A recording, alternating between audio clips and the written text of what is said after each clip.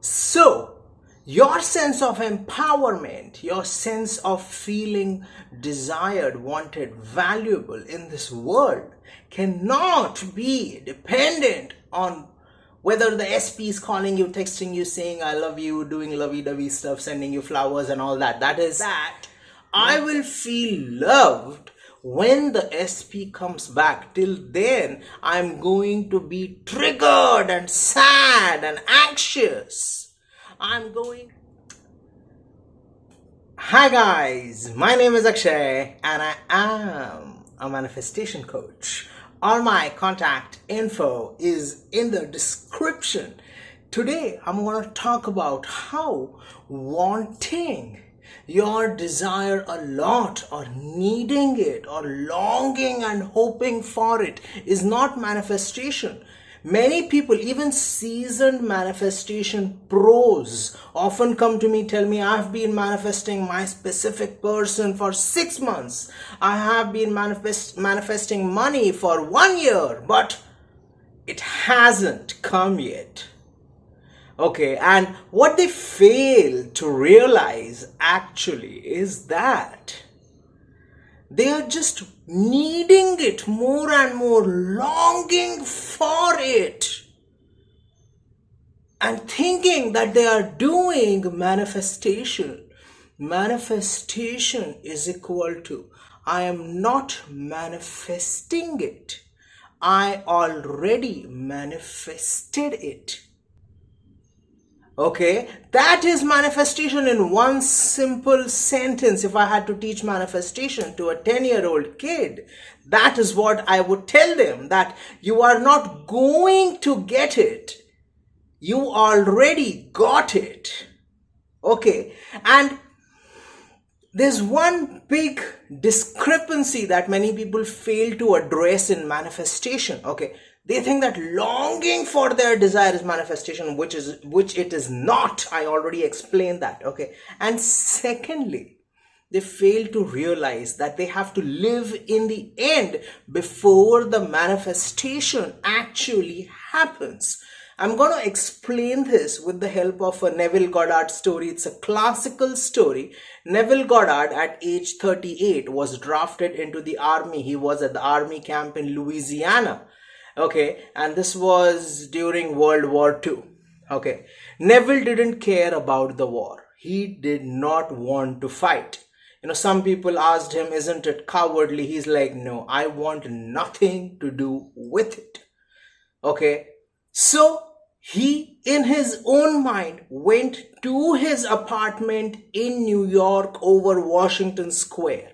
Okay, he imagined himself in his bed, his wife in her bed, his little daughter in her crib. In the three-dimensional world, in the external reality, he wrote an application and requested his colonel to grant him honorable discharge. Okay, his colonel refused it immediately. Okay, and Neville was like, it's okay, whatever it is. He kept on imagining himself in his apartment in New York, and he did this for a lot of time, and he did it intensely. Finally, early morning, before everybody was sleeping, his fellow soldiers, there were 25 men in the barrack, and they were all sleeping. Okay, and he was awake because in his imagination, he had imagined that these 25 men around him were not there. And he had successfully imagined himself into his apartment in New York. And he felt the satisfaction of being with his wife and his little daughter. And so he felt that satisfaction. Remember, he felt that feeling of satisfaction before he was discharged honorably from the army. The feeling of satisfaction happened before, and Neville woke up very excitedly, and he went down, he shaved, and he showered as if he was ready to go home. And for 9 days, he maintained that enthusiasm, that feeling of satisfaction, that sense of liberty that he had awakened within him because he was going home. He applied, in his own words, the law of liberty. And he relished that sense of satisfaction and freedom because in his mind, he had seen a hand appear and the words disapproved that were stamped on the application had been erased and replaced with approved. And he heard in his mind a voice that said that what I have done, do nothing. And that is what helped him, enabled him to feel that sense of satisfaction, liberty, freedom, enthusiasm that he was going home. And he enjoyed that feeling. He bathed in it for 9 days. And finally, his colonel called him and he told him a bunch of reasons why he should not go home. Like, if I send you home, other people who have families will want to go home. Then who will be left to fight the war? Blah, blah, blah. Neville is like, no, I don't care. I want to go home. Finally, he granted honorable discharge to Neville. Even he didn't know why he did that. Okay. He granted honorable discharge and Neville on the same day went home. Okay, and because he had trained in the army, he had done his basic army training, that even helped him to get his American citizenship. He was a British citizen by birth, although he was born in the West Indies, in the Caribbean, on an island called Barbados. The point to be noted here is that he felt the sense of satisfaction, liberty, relief before his application was actually approved, before he was actually discharged from the army. I'm going to be very, very afraid, fearful that the SP might never come back. I'm going to be doubtful. I'm going to be insecure.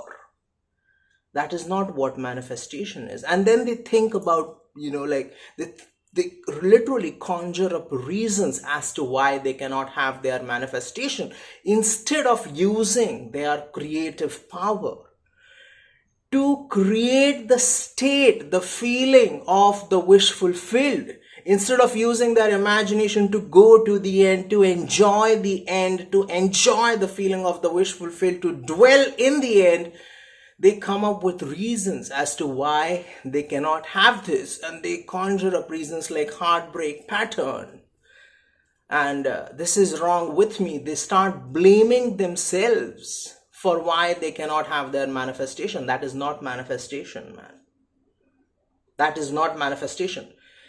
There is a place for discussing your problems and your psychological blocks and all that in the world, but that is not manifestation. Manifestation is you already got what you wanted, finished. So, how to get rid of this anxiety, this fear, and so on? One thing, you can imagine that you are with the SP and imagine it intensely and it will come to be.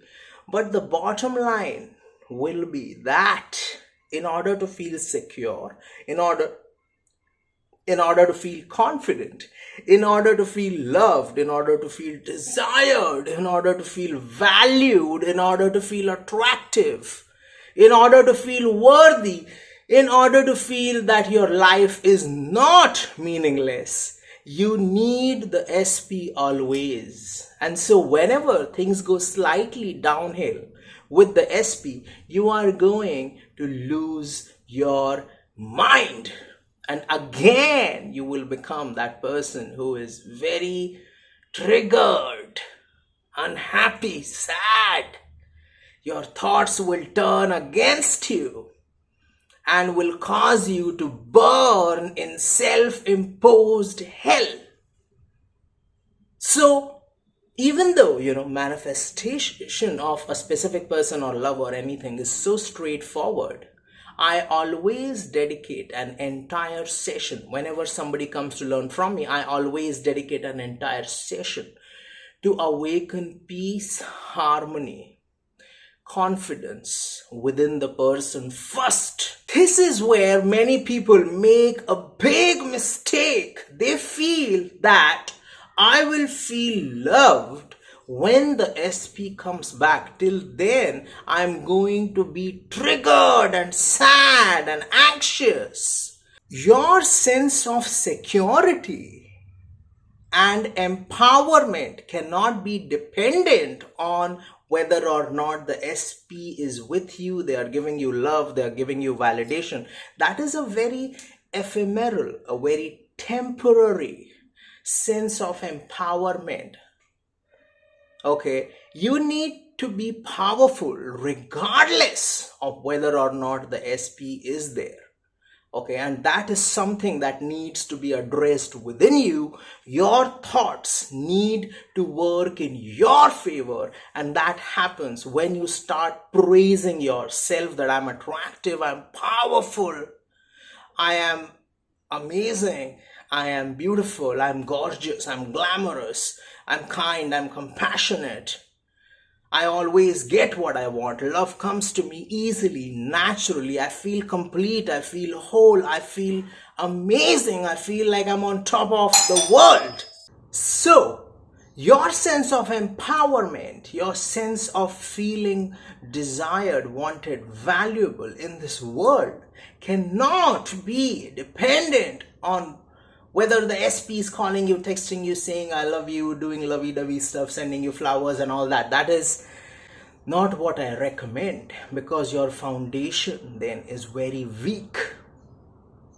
So I recommend do both. Empower yourself with empowering affirmations, self-praise, and simultaneously imagine that the SP is being very nice, very loving, very cordial, very pleasant. Instead of imagining this nasty version of them, imagine them to be very nice to you, very loving, very pleasant. And by doing so, you empower yourself irrespective of the fact whether or not the SP is with you, and simultaneously you're also manifesting them to come to you. These both should happen side by side. But if I had to pick one, I would always choose the option of making yourself powerful, whether or not the SP is there. This is not talked about often because people don't like to hear it. They somehow think that this is complicated, or manifesting their SP is now difficult because what the hell, now I have to be confident, like I just want my SP, I don't want to do all this nonsense bullshit. But I hope that what I said resonated with you today. The best comments on my videos win a free one-on-one session with me. I announce new winners every month. I love reading your comments, so comment wholeheartedly. If you like the video, please hit like, share, subscribe, comment, hit the notification bell, unleash the power within you. And remember that if I said it, I already did it. Thank you.